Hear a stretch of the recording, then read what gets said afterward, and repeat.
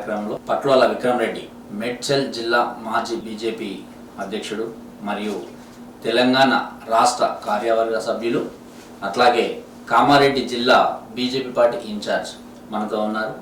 నమస్కారం అండి. నమస్కారం. PR9 వీక్షకులందరికీ కూడా హృదయపూర్వకమైనటువంటి నమస్కారాలు. ప్రజెంట్ సిచ్యువేషన్లో విద్యని ఇప్పుడున్న ప్రభుత్వాలు విద్యా వ్యవస్థని ఏ విధంగా తయారు చేస్తున్నాయి, అట్లాగే రైతుల కష్టాలు, ఫీజు రిమెంబర్మెంట్స్, ఇలాంటి తెలంగాణ రాష్ట్రంలో చాలా సమస్యలు ఉన్నాయి. ఆ సమస్యలు అన్నిటి మీద ఈరోజు మన విక్రమ్ రెడ్డి గారితో మనం డిస్కస్ చేద్దాం. కేంద్రంలో బీజేపీ ప్రభుత్వం ఉంది, తెలంగాణలో కాంగ్రెస్ ప్రభుత్వం ఉంది. రెండు దేశ రాజకీయాలు అయినప్పటికీ ఒకరి మీద ఒకరు విమర్శలు గుప్పించుకుంటూ ప్రజలను మభ్యపెడుతూ ప్రజలకు ఇచ్చిన హామీలు ఏ ఒక్కటి కూడా నెరవేర్చకుండా కాలం గడుపుతున్న పార్టీ. బీజేపీ మీద కాంగ్రెస్, కాంగ్రెస్ మీద బీజేపీ అంటూ నడుస్తున్న ఇప్పుడున్న రాజకీయాలలో నిజంగా వాస్తవాలు ఏం జరుగుతున్నాయి? దేశ రాజకీయాలు, దేశం నుంచి కేంద్రం నుంచి రాష్ట్రానికి ఎలాంటి నిధులు వస్తున్నాయి, అలాగే రాష్ట్ర ప్రభుత్వం ఎలాంటి నిధులను ప్రజలకు ఇస్తుంది, ఎలాంటి సౌకర్యాలు, ఎలాంటి పథకాలని కేంద్ర ప్రభుత్వం ఏమిస్తుంది, రాష్ట్ర ప్రభుత్వం ఏమిస్తుంది అనేదనే కార్యక్రమంపై ఈరోజు మనం చర్చ జరిపిస్తున్నాం. నమస్కారం అండి. నమస్కారం. PR9 వీక్షకులందరికీ కూడా హృదయపూర్వకమైనటువంటి నమస్కారాలు. విక్రమ్ రెడ్డి గారు, ముందుగా విద్య గురించి మాట్లాడితే ఎంతోమంది విద్యార్థులకు ఫీజు రిమెంబర్మెంట్స్ అందక చాలా ఇబ్బందులు పడుతున్నారు. కాలేజీలలో కొంతమందికి సర్టిఫికేట్స్ ఇవ్వట్లేరు, ఫీజు కట్టేందుకు సర్టిఫికేట్స్ ఇవ్వట్లేరు. ఏ ప్రభుత్వం వచ్చినా, ఈవెన్ ముందు తీసుకున్న బీఆర్ఎస్ ప్రభుత్వం కావచ్చు, ఇప్పుడున్న కాంగ్రెస్ ప్రభుత్వం కావచ్చు, మాటలు చెప్పడం వరకే కేజీ నుంచి పీజీ వరకు ఉచిత విద్య అని అంటున్నారే తప్పితే ఎక్కడ కూడా ఉచిత విద్య కనపడడం లేదు. అదొకటి. కనీసం విద్యార్థులకు ఇవ్వాల్సిన ఫీజు రిమెంబర్మెంట్స్ ఇవ్వకుండా ప్రభుత్వం కాలయాపన చేస్తుంది, విద్యార్థులు ఇబ్బంది పడుతున్నారు. ఆ సమస్య పైన మీరు ఏం చెప్పదలుచుకున్నారు? ఫీజు రియంబర్స్మెంట్ విషయంలో గతంలో ఉమ్మడి ఆంధ్రప్రదేశ్ ఉన్నప్పుడు ఒక మంచి ఉద్దేశంతో ఈ ప్రాంతం లోపల పేద విద్యార్థులు సాంకేతిక విద్య కావచ్చు, ఉన్నత విద్యకు దూరం అవుతున్నారనేటువంటి దృక్పథంతో ఒక మంచి ఉద్దేశంతో తీసుకున్నటువంటి స్కీమ్. ఆ తర్వాత జరిగినటువంటి తెలంగాణ ఉద్యమం తర్వాత ఆ యొక్క పథకము మరింత పకడ్బందీగా ఈ ప్రాంతంలో తెలంగాణలో ఉన్నటువంటి విద్యార్థులకు అందరికీ కూడా ఉపయోగం జరుగుతుందని భావించినాము. కానీ దురదృష్టవశాత్తు మెల్లమెల్లగా నిర్వీర్యమై ఈరోజు ఈ ప్రభుత్వం వచ్చేసరికి 14,000 కోట్ల రూపాయలు ఈరోజు విద్యార్థులకు రియంబర్స్మెంట్ ఇవ్వాల్సిన పరిస్థితి ఉంది. దాని కారణంగా ఇంజనీరింగ్ కళాశాల లోపల ఉద్యోగం వచ్చినా ఉద్యోగానికి వెళ్ళే పరిస్థితి ఉన్నప్పుడు వాడికి చదువు పూర్తయితే కూడా సర్టిఫికెట్లు ఇవ్వనటువంటి మేనేజ్మెంట్లు ఇవ్వట్లేదు. ఎడ్యుకేషన్ చదువుకుందామనన్నా ఈరోజు ధైర్యం చేసి తమ పేరెంట్స్ యొక్క స్తోమత లేక, ఆర్థిక స్థితులు ఇదండి ఈ రియంబర్స్మెంట్ వస్తుందనే నమ్మకం లేక ఈరోజు మళ్ళీ ఇంజనీరింగ్లో కానీ మెడికల్లో కానీ ఈ యొక్క సాంకేతిక విద్య వైపు కానీ ఉన్నత చదువుల వైపు పోవడానికి భయపడుతున్నటువంటి పరిస్థితి నిర్మాణం అయ్యున్నది. మేనేజ్మెంట్స్ కూడా ఇప్పుడు ఒక నిర్ణయం తీసుకున్నాయి, ముందే ఫీజు కట్టించుకోవాలా, గతంలో రియంబర్స్మెంట్ వస్తుందనేటువంటి ధైర్యంతో ప్రభుత్వం నుంచి మాకు డబ్బులు వస్తాయనేటువంటి ధైర్యంతో మేనేజ్మెంట్స్ అన్నీ కూడా అన్నాడు అలో చేసినాయి. కానీ ఒక్కొక్క కళాశాలలో కోట్ల రూపాయల పెండింగ్ ఉన్నటువంటి కారణంగా ఈరోజు మేనేజ్మెంట్ కూడా ఆ ధైర్యాన్ని చేయట్లేదు.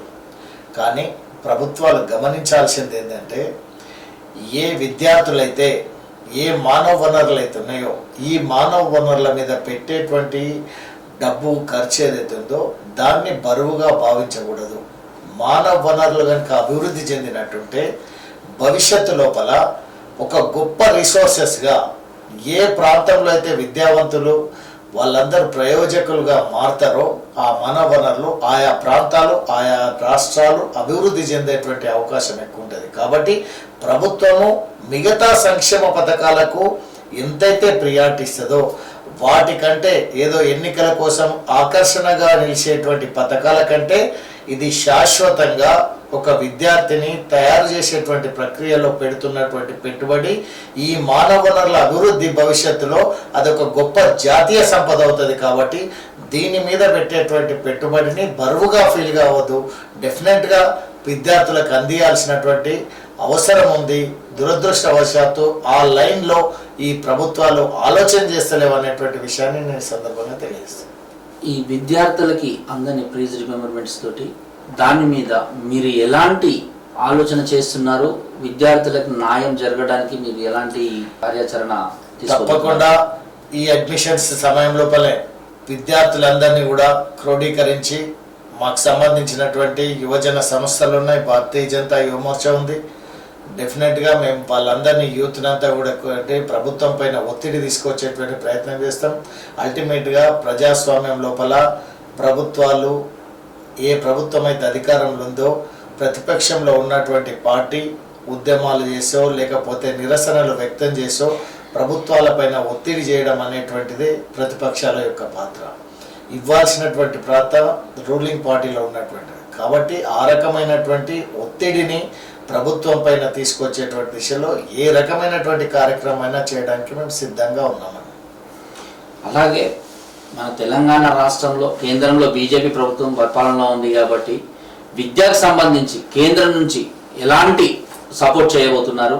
అదేమైనా మీరు కేంద్రంలో అడగదలుచుకున్నారా? కేంద్రంలో డెఫినెట్గా ఇప్పుడు కేంద్ర ప్రభుత్వము ఏదైతే పనులు యూనివర్సిటీలకు సంబంధించి కావచ్చు లేకపోతే ఈ ప్రాంతం లోపలనే అనేక స్కూళ్ళను ప్రభుత్వ పాఠశాలలను కొన్నింటిని పిఎంసి కింద సెలెక్ట్ చేయడం జరిగింది. వాటికి ఒక్కొక్క కోటి రూపాయలను 3 సంవత్సరాల పాటు ఆ రకంగా నిధులను కేటాయించి స్కూళ్ళ అభివృద్ధి కోసం కృషి చేస్తుంది.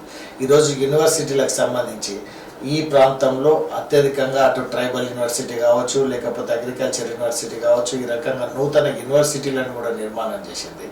ఇక్కడ విద్య కోసం ఏ రకమైనటువంటి మౌలిక వసతులను యూనివర్సిటీలకు కేటాయించాలనో వాటికి సంబంధించినటువంటి నిధులను అది సెంట్రల్ యూనివర్సిటీ కావచ్చు లేకపోతే మిగతా యూనివర్సిటీలకు సంబంధించి కేంద్ర ప్రభుత్వం నిధులను విడుదల చేస్తున్నటువంటి పరిస్థితి డెఫినెట్గా ఉంది. కేంద్రం ఏమేమి ఇస్తుంది అనేటువంటి విషయంలో ఏ రంగంలో ఏమి ఇచ్చింది మీరు ఇప్పుడు నేను ఆ పథకాలను లేకపోతే ఆ ఇచ్చినటువంటి నిధులను ఒక్కొక్క విభాగం లోపల కనుక చెప్తే మీరు మాకు ఇచ్చేటువంటి సమయం సరిపోదు. మీరు డెఫినెట్గా విద్యకు ఎంత కేటాయించడం మిగతా రంగాలకు ఏ రంగానికి ఎంతెంత కేటాయించడం అనేటువంటిది మరి సపరేట్గా మీరు ఒక చర్చ పెట్టండి. దానికి సంబంధించి పూర్తి వివరాలను కేంద్ర ప్రభుత్వం ఏమేమి చేసిందో ఒక్కొక్క డిపార్ట్మెంట్కు చెప్పడానికి సిద్ధంగా ఉన్నాం. ఇప్పుడు మీరు గ్రామాలలో పాఠశాలను ఒక్కొక్క పాఠశాలను కొన్ని పాఠశాలను ఎన్నుకొని కోటి రూపాయలు ఇస్తున్నామన్నారు. కానీ అలాంటి దాఖలాలు ఎక్కడ కూడా కనపడతలేవు. ఒకవేళ ఇచ్చినట్టయితే మీరు ఇక్కడ ఇచ్చాము అని ప్రజల్లోకి ఎందుకు చెప్పలేకపోతున్నారు? ప్రజల్లోకి తీసుకెళ్ళలేకపోతున్నారు? మీడియా ముందుకు ఎందుకు రాలేకపోతున్నారు? వేరే అవసరం కూడా లేదు, ఎక్కడో అవసరం లేదు. ఇక్కడే మా మేడ్చల్లో మా సొంత గ్రామం గుండ్లాపోచంపల్లిలోనే 1 crore రూపీస్ ఇచ్చిన మేడ్చల్లో 2 స్కూళ్ళు ఆ రకంగా సెలెక్ట్ అయిన స్కూల్స్ ఉన్నాయి. మీరు రండి, ఆ ప్రాంతంలో ఉన్నటువంటి ఏమేమి అభివృద్ధి చేసారు, అక్కడ డిజిటల్ ల్యాబ్స్ ఎట్లా చేస్తున్నారు, అక్కడ ఇవేం చేస్తున్నారు, మేము ప్రత్యక్షంగా కేంద్ర ప్రభుత్వం నుంచి ఎన్ని నిధులు వచ్చినాయి, ఏ రకంగా వచ్చినాయి అనేటువంటిది మీరు మీడియా ముందట అక్కడ ఉన్నటువంటి హెడ్ మాస్టర్ని కావచ్చు అక్కడ ఉన్నటువంటి స్టాఫ్ అందరినీ కూడా విచారించి చూపిస్తాం. నిజమా అబద్ధమా మీరే ప్రత్యక్ష సాక్షులుగా మీరు ఉండండి. ఓకే, ఈ సందర్భంగా మీరు చెప్పారు కాబట్టి నేను ఈ మధ్యలో నేను నిజంగా విజిట్ చేస్తాము, మా మీడియా ద్వారా విజిట్ చేస్తాము, స్వాగతిస్తున్నాం. డెఫినెట్ గా మీలాంటి వాళ్ళు కేంద్ర ప్రభుత్వం ఏం చేసింది, ఏ రకంగా ఇది విద్య కోసం కేటాయించింది అనేటువంటి విషయంలో నిజంగా కూడా మీరు జనానికి తెలియజేయాల్సినటువంటి అవసరం ఉంది. మేము ప్రత్యక్షంగా మీతో పాటు అక్కడికి వచ్చి వాళ్ళతో మీ ఇంటరాక్ట్ కూడా అవుతాం. మేము డెఫినెట్గా మీరు తప్పకుండా స్వాగతిస్తున్నాను. మీ యొక్క దీన్ని డెఫినెట్గా మీరు చేయాల్సినటువంటి అవసరం ఉంది. విద్య గురించి కేంద్ర ప్రభుత్వం ఇస్తున్న నిధులు ఏంటి, వాళ్ళు ఏమేమి చేస్తున్నారని కూడా క్లియర్గా చెప్పారు. వాళ్ళని అవసరం అనుకుంటే మీడియాను కూడా వచ్చి కొన్ని స్కూళ్ళని ఏవైతే వాళ్ళు సెలెక్ట్ చేసిన స్కూళ్ళను విజిట్ చేసి ఆ స్కూల్లో నిజంగా కేంద్ర ప్రభుత్వం ఇస్తుందా లేదా అనే వాస్తవాలను కూడా ప్రజల్లోకి తీసుకురామన్నారు. కాబట్టి దానికి మేము కూడా సిద్ధంగానే ఉన్నాం. నిజంగా కేంద్ర ప్రభుత్వం ఇస్తుంటే మరి ఎందుకు చెప్పలేకపోతున్నారు అనే దాని మీద కూడా అక్కడ స్కూల్లోకి వెళ్ళి విజిట్ చేసి దాన్ని కూడా మేము ప్రజలకి వివరించే విధంగా మేము ప్రయత్నం చేస్తాం.